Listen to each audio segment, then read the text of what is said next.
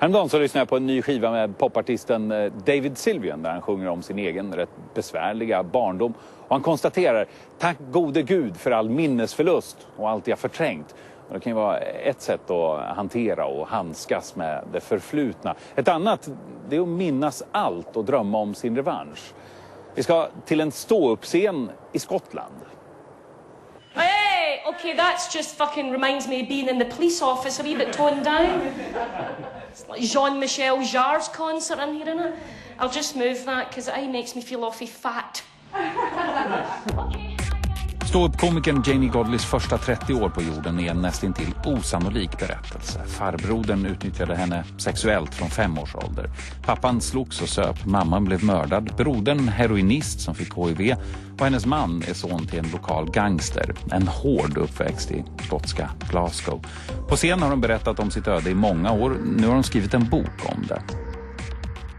Actually, the first sentence that I remember writing on the computer was, here goes... ... And it was like, here goes, I'm going to let it all come out.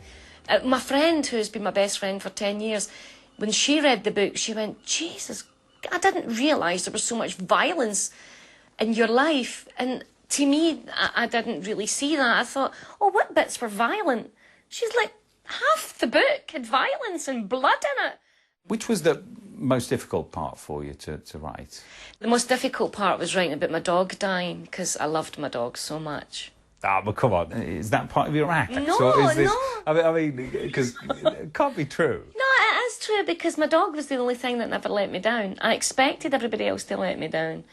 My parents let me down. My family let me down. My husband let me down. Everybody let me down but that dog. And I loved it. It was just such a constant companion. My favourite day of 1977 was one morning when Mammy and I got up early and found a cheque in the post from the welfare. She whispered to me in the kitchen that we'd have a day out, just us both. I ran to the public phone box and called work to say I was sick. Then Mammy and I cashed our cheque and caught an early train.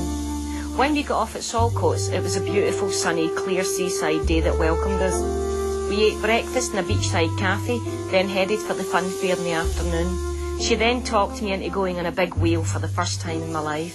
I was so scared as I soared alone into the sky that I screamed and laughed at the same time. When I staggered off the wheel, she held me close, laughing loudly. Never be scared of anything, Janey. I wanted to believe her, and I wanted to tell her I thought the abuse was over now, but I couldn't. Handstands in the Dark, att stå på händerna i mörkret på svenska, är en resa i 60- och 70-talens industriella Glasgow.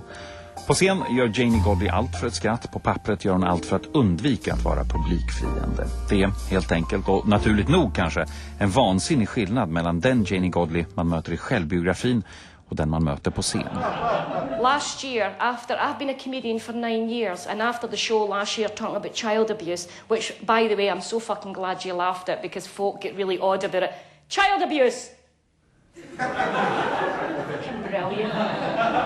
You know what? See if this gig goes to fuck, I'm going to take all you out for dinner, because you're my kind of weird people.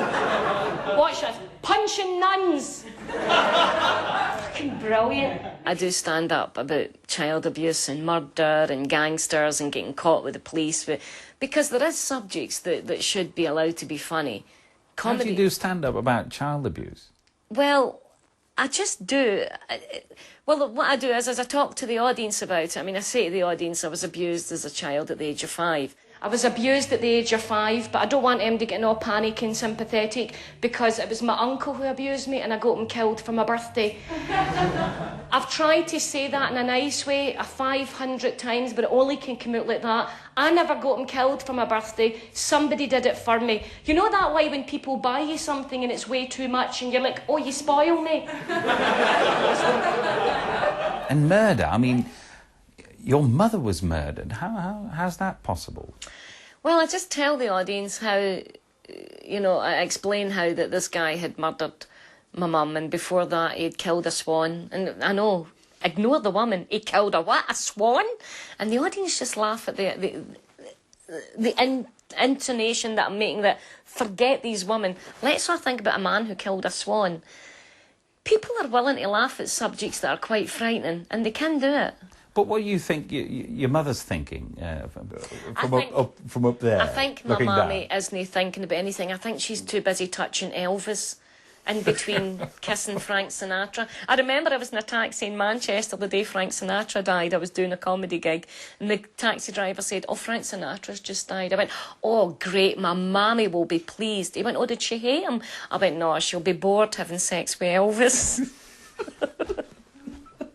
You just laughed at death. Yeah, oh, well, you know what I mean. I know, but I'm just giving you an example how you can do it. It's just how you put it. I don't get up on stage and went, "Everybody laughed, my mammy was murdered." Isn't that a punchline? Hennes framgång är hennes revansch. Och om ståuppkomiken var Janeys sätt att ta sig ur den värld hon var fångad i, så är boken ett annat sätt att se den världen. Som att ställa sig på händerna när det är som mörkast. Vända upp och ner på saker och se vad som kommer fram. We watched the sea lap up to the shoreline as we lay back in our coats thinking about everything. The day had been one big adventure, but then it was over, and we knew it was time to catch the train back to the place where we had to be us again. I savoured the whole day as if I knew I would never again to have that precious time with her. How would you define happiness? I'm quite an optimistic person. I think I'm a happy person. Happiness, I suppose, is knowing that my daughter's healthy, knowing that you didn't pass on inherited poverty, inherited abuse, inherited substance abuse, knowing that the buck stops here and I'll sort it out so the next package will be tidier than this one. Thank you. And that's happiness.